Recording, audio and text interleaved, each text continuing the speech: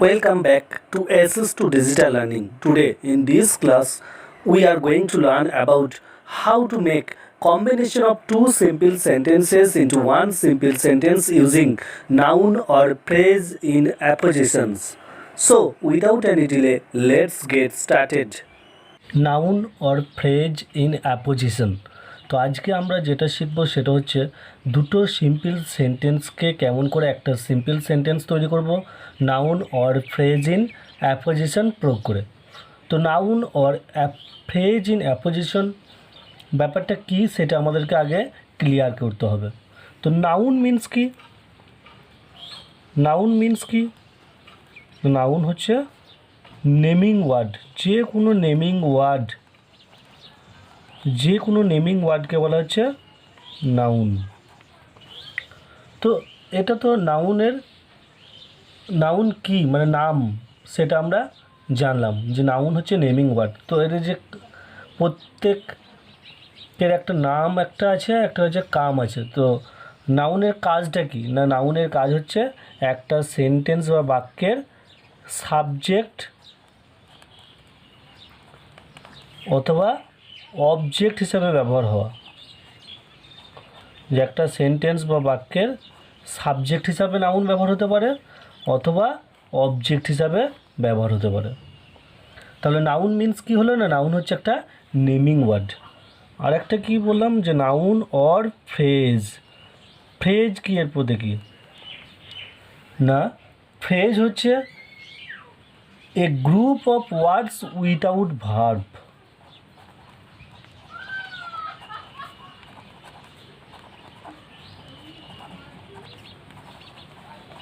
A group of words without verbs। যে phrase কি a group of words without verb. তাহলে phrase হচ্ছে কতগুলি ওয়ার্ড পাশাপাশি বসবে এবং যেখানে কোনো ভার্ব থাকবে না। অর্থাৎ ভার্ব মিনস এখানে বলতে চাইছি সেটা হচ্ছে যেটার দ্বারা টেন্স প্রকাশ করবে। তো সেরকম কোনো ভার্ব ফ্রেজের মধ্যে থাকবে না। অর্থাৎ ফ্রেজ হচ্ছে তাকেই বলা হয় যেটা হচ্ছে কতগুলি ওয়ার্ডের সমষ্টি, যেটার মধ্যে কোনো ভাব থাকবে না, অর্থাৎ যেটা টেন্স ক্যারি করবে না, আর যেটা বাক্যের অর্থকে আংশিক সম্পূর্ণ করবে, অর্থাৎ পুরোপুরি সম্পূর্ণ করতে পারবে না। তার কারণটা কি, তার মধ্যে যেহেতু কোনো ফাইনাইট ভাব থাকছে না সেই জন্য। তাহলে ফ্রেজ কি না, a group of words without verb. এরপর অ্যাপোজিশন জিনিসটা কি? অ্যাপোজিশন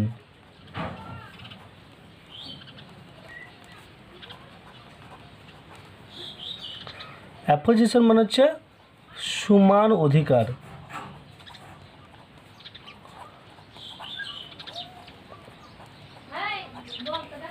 অ্যাপোজিশন মানে হচ্ছে সমান অধিকার। কার সমান অধিকার না, নাউন আর ফ্রেজের সমান অধিকার প্রকাশ করা হবে। তো কী রকম না, দুটোকে পাশাপাশি বসিয়ে। তো এখানে দেখো লেখা আছে, অর্থাৎ যে কোনো একটি সেন্টেন্সের সাবজেক্টের সম্পর্কীয় কোনো বক্তব্য অথবা অবজেক্টের সম্পর্কীয় কোনো বক্তব্য যদি ওই সেন্টেন্সটিতে অথবা দ্বিতীয় সেন্টেন্সে বলা হয় ফ্রেজ হিসাবে, অথবা দুটি সেন্টেন্সের মধ্যে সাবজেক্টের সম্পর্কে যদি ফ্রেজ হিসাবে, তখন যে কোনো একটি ফ্রেজকে সাবজেক্টের পরে লিখতে হবে। দুটো সেন্টেন্স দ্য এক্সাম্পল কি তাহলে বুঝতে পারবে। দেখো example, Delhi is an old city, it is the capital of India. তো এখানে দেখো দুটো সেন্টেন্স আছে। এই দুটো সেন্টেন্সের মধ্যে প্রথম সেন্টেন্সের সাবজেক্ট নাউনটা, সাবজেক্টটা কি দিল্লি, এটা কি, এটা হচ্ছে একটা নাউন। তার সম্পর্কে বলছে দেখো দিল্লি কি না, অ্যান ওল্ড সিটি। দিল্লিটা কি না, একটা পুরাতন শহর। তারপর কি, it is the capital of India. তাহলে আর একটা ফ্রেজ পাচ্ছি দেখো, দ্য ক্যাপিটাল অফ ইন্ডিয়া। তাহলে এখানে কি হয়েছে দেখো না, এখানে হচ্ছে সাবজেক্টের সম্পর্কে প্রথম সেন্টেন্সে ফ্রেজের মাধ্যমে বলা হয়েছে এবং দ্বিতীয় সেন্টেন্সেও ফ্রেজের মাধ্যমে বলা হয়েছে। তো আমাদের যে থিওরি, সেই থিওরি অনুযায়ী কি না, যে কোনো একটা ফ্রেজকে সাবজেক্টের পরে ব্যবহার করব। অর্থাৎ নাউন আর ফ্রেজ দুটো পাশাপাশি অবস্থান করবে, এটাকেই বলা হচ্ছে অ্যাপোজিশন বা সমান অধিকার। ঠিক সেরকম যদি কোনো একটা সেন্টেন্সে অবজেক্টের সম্পর্কে যদি দ্বিতীয় সেন্টেন্সে বলা হয়, তখন অবজেক্টের পরে ওই ফ্রেজ অংশটা লিখব। যেমন কি না, আই কনসাল্টেড ডক্টর স্মিথ, একটা sentence, he is an eminent educationist. তো এই সেন্টেন্সে দেখো সাবজেক্টকে আই, অবজেক্টকে না, অবজেক্ট হচ্ছে ডক্টর স্মিথ। ডক্টর স্মিথটা কি না নাউন, কী হিসাবে ব্যবহার হয়েছে, অবজেক্ট হিসাবে ব্যবহার হয়েছে। দ্বিতীয় সেন্টেন্সে দেখো he is an eminent educationist, তো এখানে হি বলতে কার সম্পর্কে বলা হচ্ছে না, ডক্টর স্মিথ।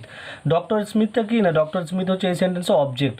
তাহলে এই যে দ্বিতীয় সেন্টেন্সে কার সম্পর্কে বলা হয়েছে না, প্রথম সেন্টেন্সের যে অবজেক্ট সেই অবজেক্ট পার্টের সম্পর্কে কী বলা হয়েছে, অ্যান এমিনেন্ট এডুকেশনিস্ট। তো অ্যান এমিনেন্ট এডুকেশনিস্ট এই অংশটা কি নেই, অংশটা হচ্ছে একটা phrase.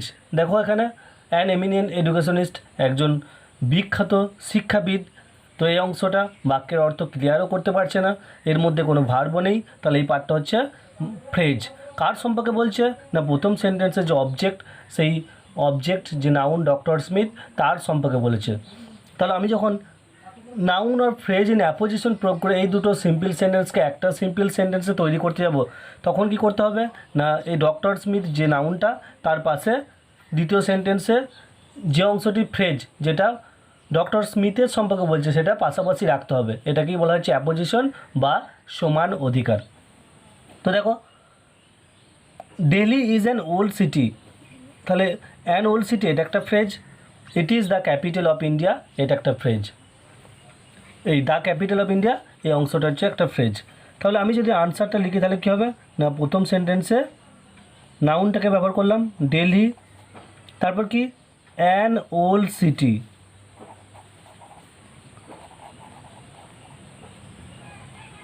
Delhi an old city. যে দিল্লিটা কি না একটা পুরাতন শহর, এই যে পুরাতন শহর এটা কি না, এটা হচ্ছে একটা ফ্রেজ। কার সম্পর্কে বলছে না, নাউনের সম্পর্কে। আর কি হয়েছে না, দুটোকে পাশাপাশি লিখেছি, দেখো নাউন দিল্লি নাউন আর অ্যান ওল্ড সিটি ফ্রেজ, এটাকে পাশাপাশি অবস্থান করেছি, দিয়ে একটা পার্টের মধ্যে করে দিয়েছি। দেখো দিল্লি কমা দিয়ে অ্যান ওল্ড সিটি, দিল্লি একটা পুরাতন শহর। তো এটাকে তারপর কি is the capital of India, is the capital of India যে হয় হচ্ছে ভারতের রাজধানী।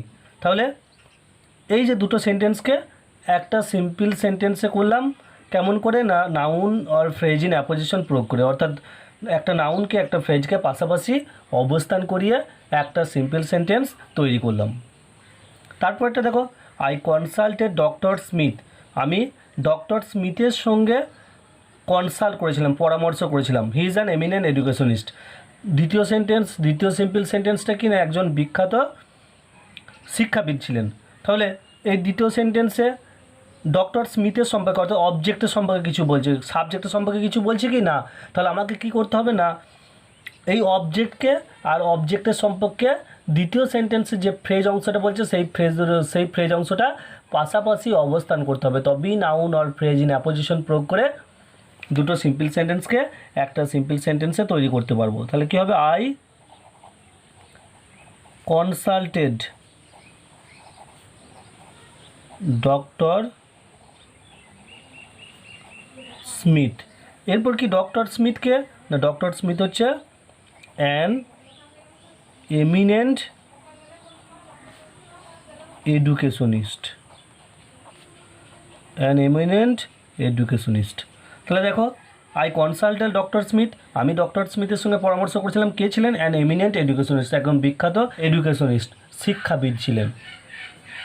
তাহলে এই ডক্টর স্মিথটা কি না, ডক্টর স্মিথ হচ্ছে অবজেক্ট, নাউন, আর নাউনের সম্পর্কে বলছে এই ফ্রেজ অংশটা, নাউনের সম্পর্কে বলছে এই ফ্রেজ অংশটা, দুটোকে পাশাপাশি বসিয়ে নাউন আর ফ্রেজ ইন অ্যাপোজিশন প্রয়োগ করে এই দুটো সিম্পল সেন্টেন্সকে একটা সিম্পল সেন্টেন্সে তৈরি করা হলো।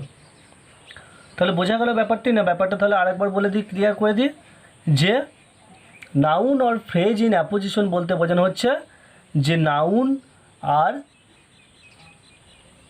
নাউনের সম্পর্কে যে অংশে বা প্রথম সেন্টেন্স বা দ্বিতীয় সেন্টেন্সে যে অংশটা ফ্রেজ হিসাবে ব্যবহার করা হচ্ছে সেই ফ্রেজটাকে নাউনটার পরে বা সাবজেক্টের পরে ব্যবহার করতে হবে।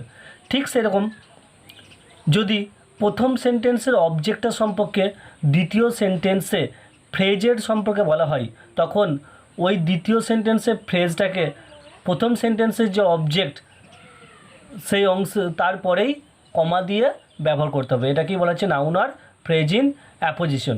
আবার এমন অনেক সেন্টেন্স পাবো যেখানে যে সেন্টেন্সে সাবজেক্টের সম্পর্কে ফ্রেজ অংশে কিছু বলা হচ্ছে, আবার অবজেক্টের সম্পর্কে ফ্রেজ অংশে কিছু বলা হচ্ছে। তখন কি করব না, সাবজেক্টের সম্পর্কে ফ্রেজ অংশে যে অংশটা বলা হচ্ছে সেই অংশটা সাবজেক্টে পরে লিখব, এবং অবজেক্টের সম্পর্কে ফ্রেজ হিসাবে বা ফ্রেজ রূপে যে অংশে বলা হচ্ছে সেই অংশটা অবজেক্টের পরে লিখব।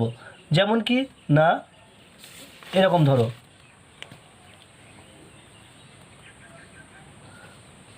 মথুরা। তো এখানে দেখো তিনটে সিম্পল সেন্টেন্স আছে। Mathura is a place of pilgrimage. Mathura হচ্ছে একটা পিলগ্রিমেজ প্লেস। তাহলে মথুরা কি না, মথুরা হচ্ছে সাবজেক্ট, এটা একটা noun. A place of pilgrimage, এটা দেখো একটা phrase, a place of pilgrimage. কার সম্পর্কে বলা হচ্ছে না, মথুরার সম্পর্কে বলা হচ্ছে। Yamuna stands on the river Yamuna, যেটা কোন নদীর তীরে অবস্থিত না, যমুনা নদীর তীরে অবস্থিত।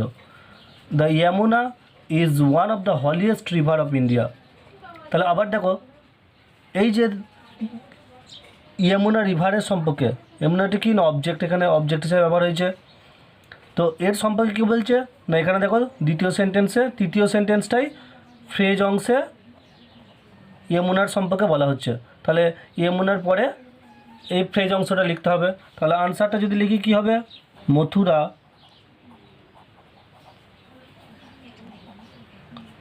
এ প্লেস অফ পিলগ্রিমেজ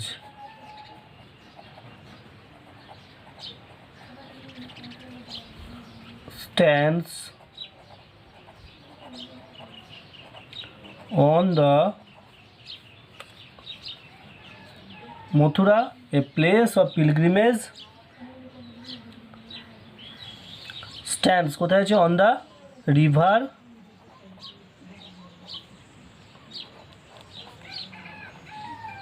যমুনা। এরপর কি দেখো তৃতীয় সেন্টেন্সে যমুনার সম্পর্কে বলা হচ্ছে, তাহলে যমুনার পরে ফ্রেজ অংশটা লিখবো। কী লিখবো, যমুনা কমা দিয়ে ওয়ান অফ দ্য হলিয়েস্ট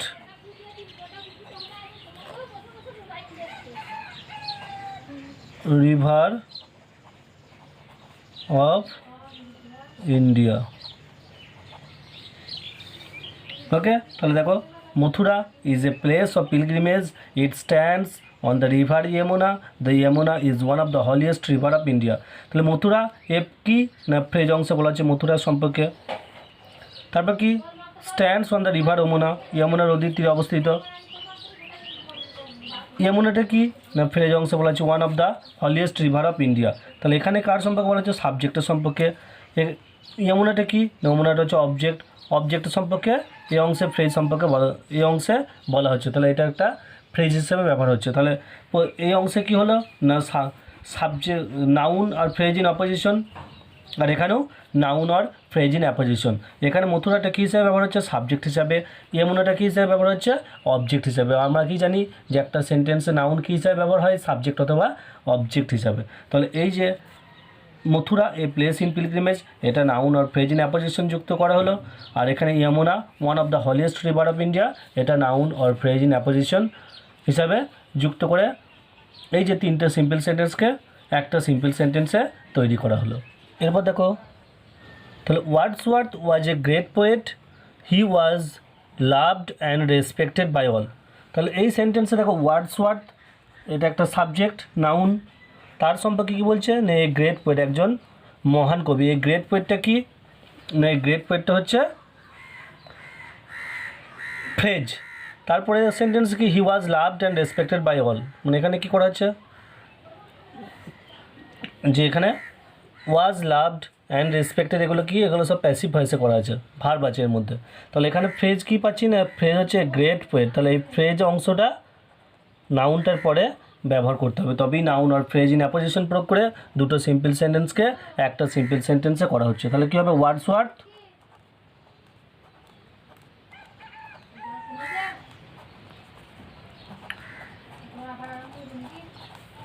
তাহলে কী হলো, Wordsworth was a great poet, he was loved and respected by all. তাহলে Wordsworth a great poet was loved and respected by all. তাহলে কী হলো না, ওয়ার্ডসওয়ার্থ সাবজেক্ট নাউন, আর এ গ্রেট পোয়েট এটা কি, এটা হচ্ছে একটা ফ্রেজ। তাহলে ওয়ার্ডসওয়ার্থ এ গ্রেট পোয়েট মানে ফ্রেজটা ব্যবহার করা হলো, was loved and respected by all. তারপর দেখো, Bombay was once a fishing place, it is now one of the financial capital of India. তাহলে বোম্বের সম্পর্কে কী ছিল না, দেখো ফ্রেজ অংশে অনস এ ফিশিং প্লেস, তারপর কি না, it is now one of the financial capital of India. তাহলে কী লিখবো, বোম্বে, এটাকে ভিলেজ করা যাক, হ্যাঁ, Bombay once a fishing village, তারপর কি is now one of the financial capital of India. Bombay once a fishing village is now one of the financial capital of India. তাহলে এখানে বোম্বেটা কি না, বোম্বেটা নাউন হিসাবে ব্যবহার হচ্ছে, অনস এ ফিশিং ভিলেজ এটা কি, ফ্রেজ ইন অ্যাপোজিশন, ফ্রেজ তো এই দুটোকে নাউন আর ফ্রেজকে পাশাপাশি বসানো হলো এবং কি তৈরি করা হলো, নাউন আর অ্যাপোজিশন, ফ্রেজ ইন অ্যাপোজিশন প্রয়োগ করে এই যে দুটো সিম্পল সেন্টেন্স, এই দুটো সিম্পল সেন্টেন্সকে একটা সিম্পল সেন্টেন্সে তৈরি করা হলো। বোম্বে কি না, অনস এ ফিশিং ভিলেজ, যে একটা এক সময় মাছ ধরার গ্রাম ছিল, জেলেদের গ্রাম ছিল, is now one of the financial capital of India, এখন হচ্ছে ভারতের অর্থনীতির রাজধানী।